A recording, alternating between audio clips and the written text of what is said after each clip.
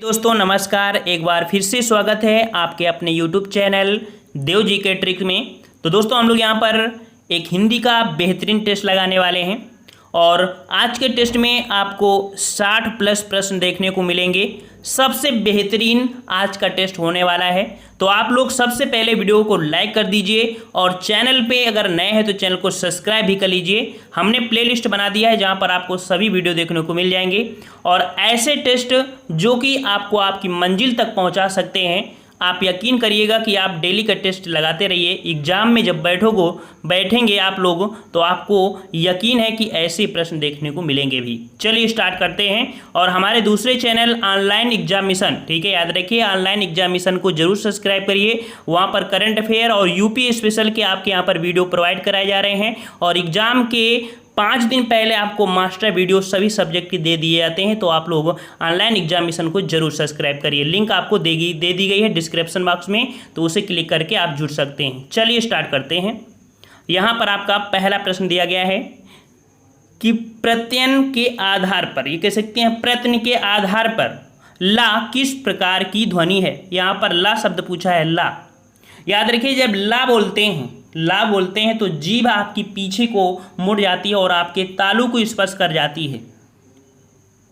ऐसे को पीछे को, देखो हमने बताया पीछे को जीभ मुड़ जाती है अर्थात पीछे अर्थात पार्श्विक। क्या बोलेंगे इसे? पार्श्विक व्यंजन बोलते हैं। ऑप्शन राइट आपका ए हो जाएगा, पार्श्विक। ठीक है। वहीं पर अगर बात करें प्रकंपित, ऐसा होता है प्रकंपित, जिसे हम लोग लुंठित बोल देते हैं ना, तो लुंठित आपका होता है रा। याद रखिए एक ही ऐसा व्यंजन है जो आपका पार्श्विक है और एक ही व्यंजन जो आपका है लुंठित, वो आपका रा है। 2 पॉइंट आपको याद रखना है। नेक्स्ट क्वेश्चन आपको दिया गया है कि निम्न में से कौन सा शब्द अमात्रिक है। कौन सा शब्द आपका है अमात्रिक है? तो यहाँ पर आपका राइट आंसर आपका यहाँ पर सी हो जाएगा, कलरव। ठीक है, अमात्रिक है। नेक्स्ट क्वेश्चन दिया है कि निम्न में से प्राण या महाप्राण वर्ग है। महाप्राण, देखिए महाप्राण क्या होते हैं? महाप्राण प्रत्येक वर्ग के द्वितीय व चतुर्थ तथा ऊष्म वर्ण सा ये आपके होते हैं महाप्राण। अभी यहाँ पर काफ़ी बच्चे वर्ग नहीं समझ पा रहे हो तो आपको बता दें, जैसे होता है का, खा, गा, घा और अंगा। ठीक है, ये का वर्ग है। यहाँ पर प्रत्येक वर्ग का द्वितीय और आपका चतुर्थ या कह सकते हैं सम स्थान जो होते हैं वो आपके महाप्राण में आते हैं। देख लीजिए महाप्राण आपका क्या हो जाएगा यहाँ पर 3 का ऑप्शन। तो 3 का ऑप्शन आपका यहाँ पर था हो जाएगा। थोड़ा सा तो आपको देखना पड़ेगा वर्णमाला में, जवाब आपका हो जाएगा यहाँ पर था। ठीक है। और वहीं पर अगर बात करें अल्प प्राण, तो अल्प प्राण क्या हो जाएंगे? विषम स्थान वाले हो जाएंगे और अंतःस्थ वर्ण हो जाएंगे। चलिए नेक्स्ट क्वेश्चन का आते हैं। क्वेश्चन आपसे अगला पूछा है कि हिंदी शब्दकोश में अंक और आहा किस वर्ण के साथ आता है। तो अंक और आहा किस वर्ण के साथ आता है? याद रखिएगा अंक और आहा किस वर्ण के साथ आता है। तो ये आपके आते हैं, आपके इसमें आते हैं। ठीक है, आ वाले में आते हैं। बी नंबर आपका सही हो जाएगा। नेक्स्ट क्वेश्चन आपसे अगला पूछा गया है जो कि हमेशा और हर एग्जाम में क्वेश्चन बनता है कि छा वर्ण किसके योग से बना है। हमने बताया था कि 4 आपके संयुक्त व्यंजन होते हैं, उसमें से जो छा होता है ये छा, ये भी आप कह सकते हैं एक संयुक्त है। और कौन कौन से वर्णों से मिलकर बना हुआ है? तो यहाँ पर सही जवाब क्या हो जाएगा? 5 का। चलिए 5 का ऑप्शन राइट। यहाँ पर आपका जवाब ए नंबर हो जाएगा। का धन सा के योग से आपका छा बनता है। ठीक है, का धन सा के योग से आपका छा बनता है। त्रा की बात करें, त्रा एक होता है ना, कौन सा? ये वाला त्रा, ये आपका जो बनता है वो ता धन रा के योग से बनता है। ठीक है। एक ज्ञा होता है, ज्ञा जो बनता है वो जा धन या के माध्यम से बनता है। और एक श्रा होता है जो परिश्रम वाला, ठीक है, वो आपका होता है सा धन रा से बनता है। ठीक है, चारों आपके हो गए। चलिए भाषा की सार्थक लघुत्तम इकाई बताइए। भाषा की सार्थक लघुत्तम इकाई कौन सी है? तो यहाँ पर आपका सही जवाब 6 का क्या हो जाएगा? भाषा की जो सार्थक लघुत्तम इकाई होती है वो ध्वनि होती है। याद रखिएगा ध्वनि। ठीक है, सी नंबर आपका हो जाएगा। नेक्स्ट क्वेश्चन है इनमें से कौन सा वर्ण अल्प प्राण व्यंजन है। इनमें से कौन सा वर्ण अल्प प्राण है? अभी हमने अल्प प्राण बताया था, जो विषम स्थान होते हैं 1, 3, 5 है ना, और 1, 3, 5 में जो आपको दिखाई देगा वो आपका देख सकते हैं चा वर्ग, जो कि पहला स्थान आपको आ गया है। ऑप्शन राइट आपका सी हो जाएगा। नेक्स्ट क्वेश्चन आपको दिया गया है कि इनमें से कौन सा वर्ण स्पर्श व्यंजन नहीं है? स्पर्श व्यंजन नहीं है। स्पर्श व्यंजन नहीं है। स्पर्श व्यंजन होते क्या हैं? स्पर्श व्यंजन की संख्या आपकी 25 होती है, का से लेके माँ तक, ठीक है, स्पर्श व्यंजन में आते हैं। और यहाँ पर जो जवाब हो जाएगा 11 का ऑप्शन राइट, वो आपका डी हो जाएगा या।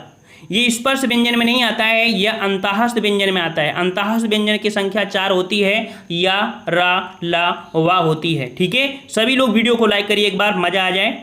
चलिए नेक्स्ट क्वेश्चन दिया गया है कि या, रा, ला, वा व्यंजनों को कहते हैं। इसका जवाब तो आपको अभी तुरंत हमने दिया है कि या, रा, ला, वा अर्थात ऐसे व्यंजन जिनको बोलने में पेट के अंदर से आते हुए शब्द प्रतीत होते हैं, उनको अंतःस्थ व्यंजन कहते हैं। जवाब हो जाएगा बी नंबर, यहाँ पर अंतःस्थ व्यंजन।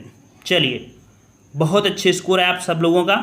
चलिए, निम्नलिखित में से दंतव्य वर्ण कौन है? दंतव्य वर्ण, यहाँ पर दंतव्य वर्ण पूछा गया है 10 नंबर में। और दंत अर्थात जो आपकी जीभ होती है वो दांत से स्पर्श करती है।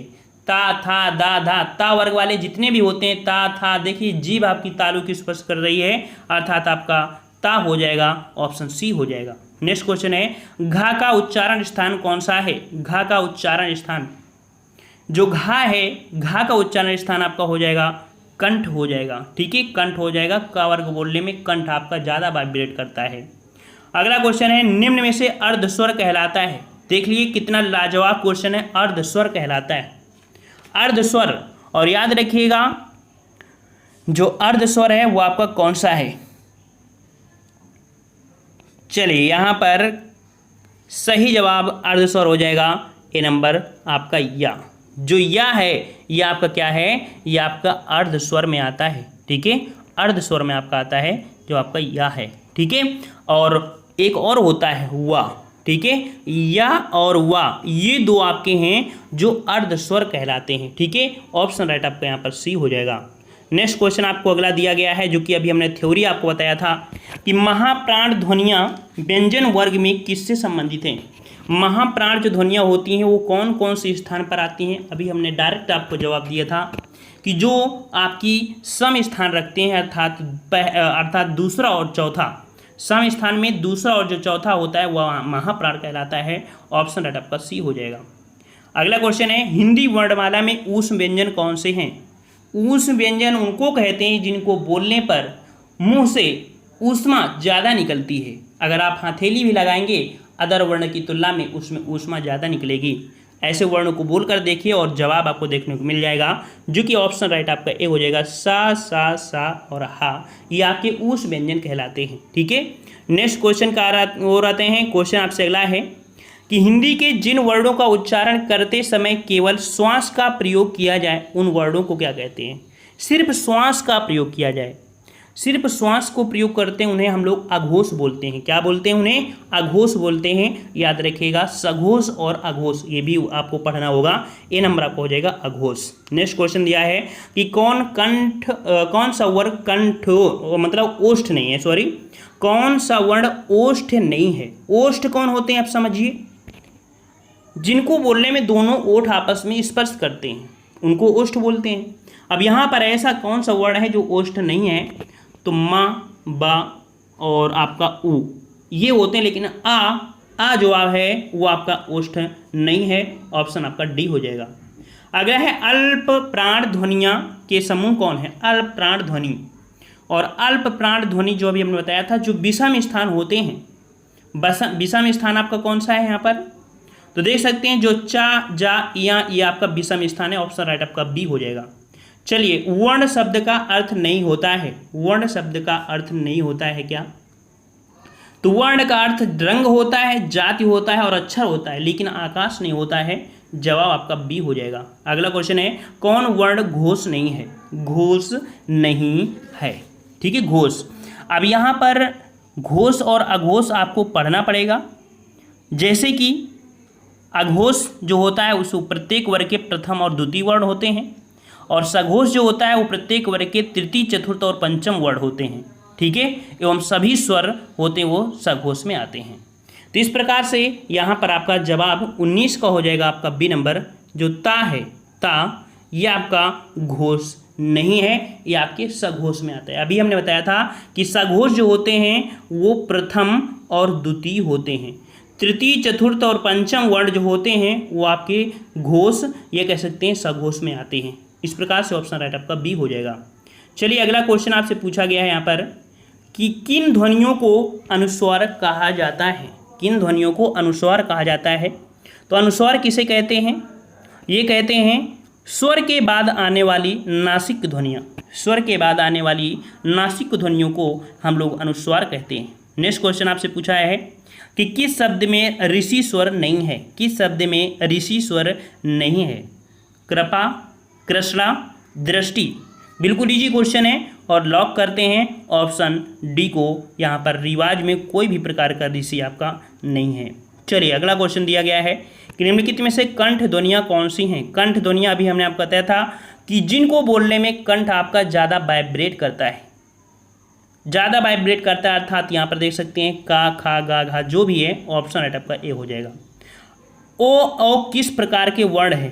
ओ औ, ओ और औ ये जो आपके वर्ण हैं ये आपके कंठोष्ठ में आते हैं। कंठ और ओठ, याद रखिए, कंठ और ओष्ठ से, कंठ मतलब का वर्ग और ओष्ठ मतलब पा वर्ग, तो ये दोनों को मिलाने से ही आपके बनते हैं कौन, आपके कंठोष्ठ बनते हैं ओ और औ, ठीक है, ऑप्शन आपका डी यहाँ पर हो जाएगा सही। अगला क्वेश्चन है कि निम्नलिखित में से ओष्ठ ध्वनि नहीं है, ओष्ठ ध्वनि नहीं है। ओष्ठ हमने बताया था दोनों ओठ आपस में मिल जाएं, उन्हें ओष्ठ बोलते हैं, पा, फा, बा, भा में, है ना, और यहाँ पर ऑप्शन आपका ये हो जाएगा, चा में आपकी ओष्ठ ध्वनि नहीं है। नेक्स्ट क्वेश्चन है हिंदी की तालव्य ध्वनियाँ हैं। तालव्य अर्थात जिसमें से आपकी जीभ तालु को स्पर्श कर लेती है उसे हम लोग तालव्य ध्वनियाँ कहते हैं। और तालव्य ध्वनि यहाँ पर आपकी कौन सी है, तालव्य ध्वनि चा, छा, जा, देखिए बोलिए, चा, छा, जा, झा, जिसमें से आपकी जीभ तालु को स्पर्श करती है, तो ऑप्शन राइट आपका यहाँ पर ए हो जाएगा। नेक्स्ट क्वेश्चन दिया है कि कौन सी ध्वनि अल्प प्राण है, कौन सी ध्वनि अल्प प्राण है। अल्प प्राण अभी हमने बताया था कि आपके विषम स्थान जो होते हैं, पहला, तीसरा और पांचवा, ठीक है, वो आपकी अल्प प्राण ध्वनि होती हैं, जो कि ऑप्शन राइट आपका यहाँ पर सही हो जाएगा, डी नंबर आपका ता वर्ग, ये आपके अल्प प्राण में है। नेक्स्ट क्वेश्चन है कि हिंदी की स्पर्श, घोष, महाप्राण, दंत व्यंजन ध्वनि है, अर्थात ऐसा कौन सा वर्ण है जो स्पर्श व्यंजन भी हो, घोष भी हो, महाप्राण भी हो और दंत भी हो, दंत भी हो। दंत अभी हमने आपको बताया था, इससे एक पॉइंट आपको पकड़ लेना है, डायरेक्ट आंसर आपको मिल जाएगा। यहाँ पर देख सकते हैं जो आपका सी नंबर है ये, ठीक है, तो ये जो आपका है ये आपका स्पर्श व्यंजन में भी आता है, घोष में भी आता है, महाप्राण में भी आता है और दंत में तो है ही, है ना। दंत में तो देखो ये भी है, लेकिन ये रूल नहीं फॉलो हो रहे हैं, इस प्रकार से सी नंबर यहाँ पर सही हो जाएगा। नेक्स्ट क्वेश्चन दिया है कि हिंदी की स्पर्श, घोष, महाप्राण, ओष्ठ ध्वनि है। यहाँ पर स्पर्श घोष भी हो, स्पर्श हो, घोष भी हो, महाप्राण भी हो और ओष्ठ भी हो। यहाँ पर 28 का जवाब यहाँ पर सही हो जाएगा आपका कौन सा, तो ऑप्शन राइट आपका यहाँ पर हो जाएगा ए नंबर, जो भा है। भा ये स्पर्श में है, घोष में भी है, महाप्राण भी है और ओष्ठ भी है। नेक्स्ट क्वेश्चन दिया है कि निम्नलिखित में से कौन सा स्वर संवृत स्वर है। संवृत अर्थात मुंह की आकृति के अनुसार मुंह कितना खुलता है कितना नहीं खुलता है, तो स्वर जो संवृत स्वर है, संवृत स्वर, वो आपका है ई, ठीक है, कौन सा है, यहाँ पर सी नंबर ई हो जाएगा। अगर आपको नहीं पता है तो थोड़ी थ्योरी आप पढ़िएगा तो आपको जरूर यहाँ पर संवृत, अर्धसंवृत, विव्रत, ये लोग ऐसे क्वेश्चन आपको देखने को मिलते हैं। अगला है हिंदी की बा ध्वनि है। हिंदी की बा ध्वनि जो आपकी है वो किस प्रकार की ध्वनि है, हिंदी की बा ध्वनि, और बा ध्वनि जो आपकी यहाँ पर हो जाएगी, 30 को ऑप्शन राइट आपकी ये हो जाएगी ओष्ठ, ठीक है, अभी मैंने देखा ओष्ठ, अर्थात जब बोलोगे तो दोनों ओठ आपके स्पर्श हो जाएंगे। नेक्स्ट क्वेश्चन आपको दिया गया है कि निम्नलिखित में से दंत ध्वनि है। दंत ध्वनि कौन सी है। दंत ध्वनि अर्थात जिसमें से जीभ और दांतों का स्पर्श हो, ता, था, दा, धा। यहाँ पर आपका सही जवाब सी नंबर हो जाएगा। नेक्स्ट क्वेश्चन है कि निम्नलिखित ध्वनियों में से कौन सी दंतोष्ठ है? दांत में भी हो और ओष्ठ से भी हो, ठीक है, दंत से भी हो और ओष्ठ से भी हो, वो आपकी ध्वनि कौन सी है? तो याद रखिएगा, दांत और ओष्ठ से बनने वाली ध्वनि आपकी निकलती है वा। ये बहुत ही बेहतरीन है, बहुत ही अच्छा प्रश्न आपका है। दंतोष्ठ में आपका आता है वा, आता है वा, ठीक है। चलिए अगला क्वेश्चन है कि निम्नलिखित वर्णों में से कौन सा मूर्धन्य ध्वनियों का है यहाँ पर, अर्थात ऐसा कौन सा यहाँ पर ऑप्शन है जो मूर्धन्य मतलब होता है जिसको बोलने में अगर थोड़ा सा रुक लिया जाए या समय दे दिया जाए तो उसमें से आपको मूर्छा आ जाएगी।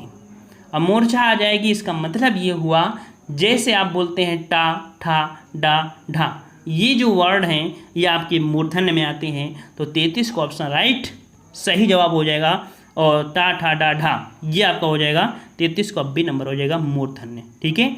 नेक्स्ट क्वेश्चन आपको दिया गया है यहाँ पर, सा ध्वनि का उच्चारण स्थान है। सा, जब सा बोलते हो तो काफ़ी तेज सिटकारी निकलती है, ऊष्मा निकलती है। तो ये उसमें तो है ही, साथ में ये क्या है, ये तालव्य भी है, ठीक है। ये आपके तालु में भी अर्थात चा वर्ग में भी इसे उठाकर रखा जाता है, साथ में ऊष्म में भी है, ठीक है। अगला क्वेश्चन यहाँ पर है, निम्नलिखित में से कौन सा व्यंजन पार्श्विक है? देख लीजिए, पार्श्विक व्यंजन आपसे आ गया है, जो कि आपकी इस टेस्ट सीरीज का यहाँ पर एक क्वेश्चन हमने बताया भी था। पार्श्विक कौन होता है, कौन सा होता है? अभी हमने बताया था जो ला है वो आपका पार्श्विक है। नेक्स्ट क्वेश्चन दिया है कि निम्नलिखित में से कौन सा पश्च स्वर है? कौन सा पश्च स्वर है? पश्च स्वर पूछा गया है 36 नंबर। यहाँ पर आ, देखिए आपकी जो जीभ है, जीभ में कुछ वर्ड आपकी जीभ के आगे से, जैसे ई, छोटी, बड़ी निकलती है ना, वो आपके कुछ जीभ के आगे से निकलते हैं। जैसे आपका छोटा होता है वो आपके कह सकते हैं बीच से निकलता है, और कुछ वर्ण आपके पीछे से निकलते हैं। तो यहाँ पर पश्च स्वर आपका कौन है? बड़ा है, ठीक है।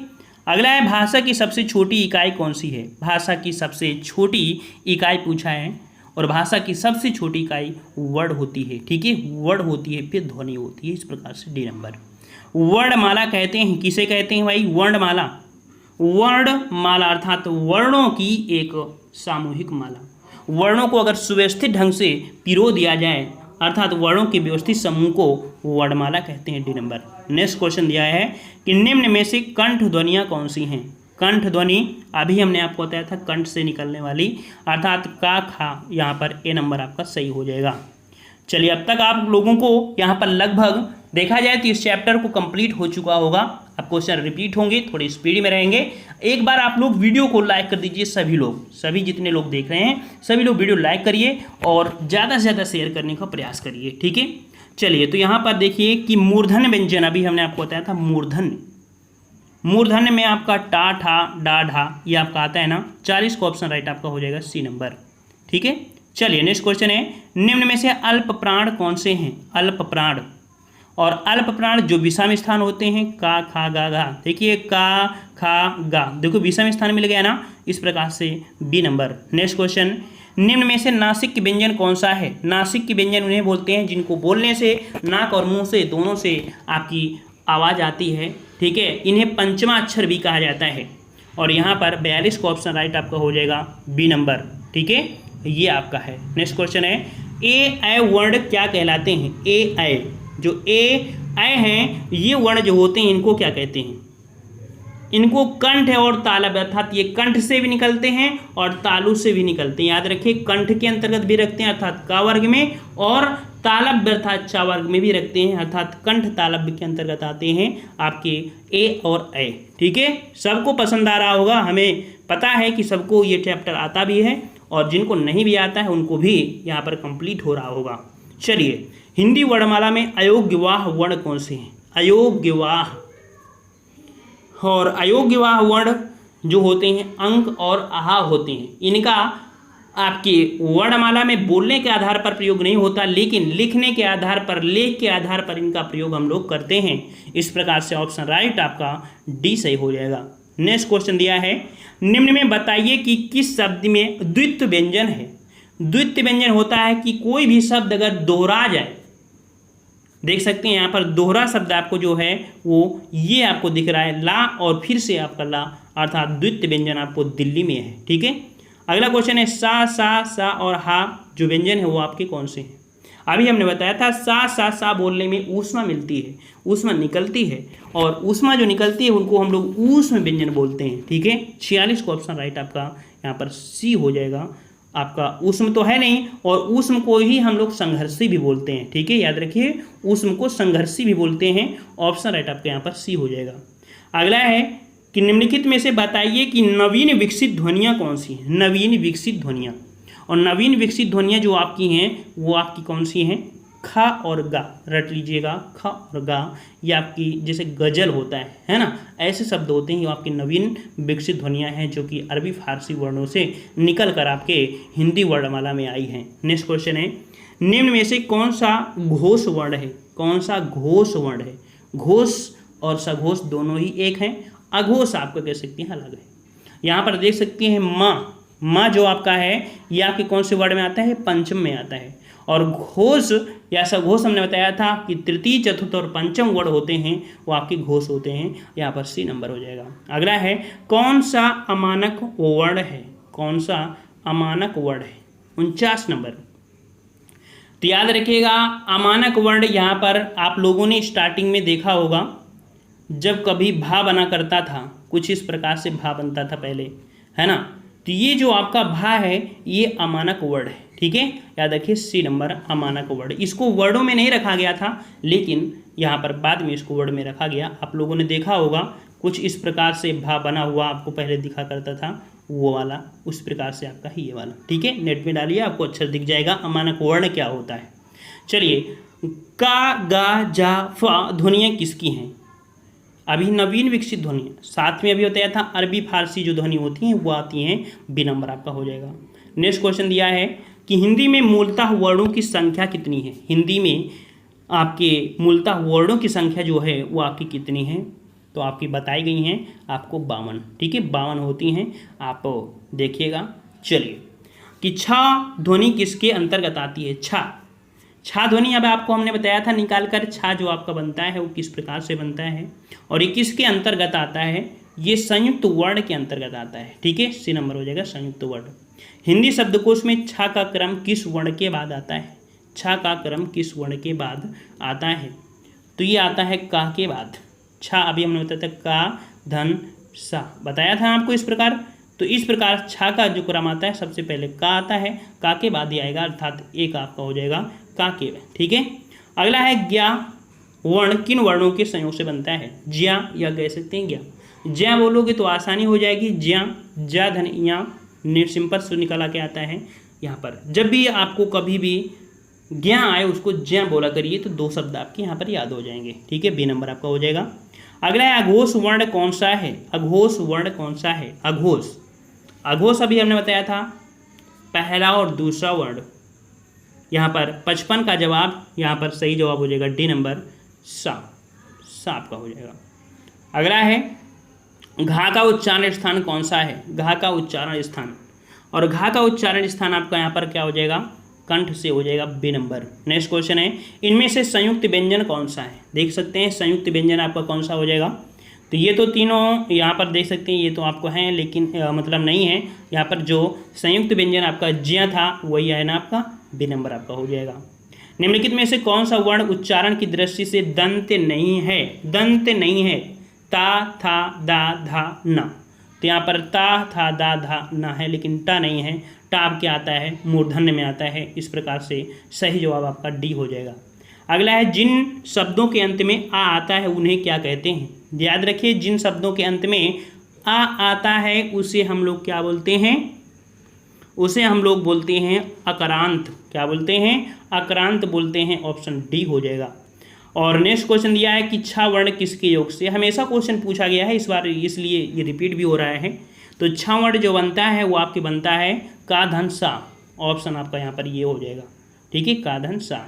अगला है हिंदी वर्णमाला में स्वरों की कुल संख्या कितनी है?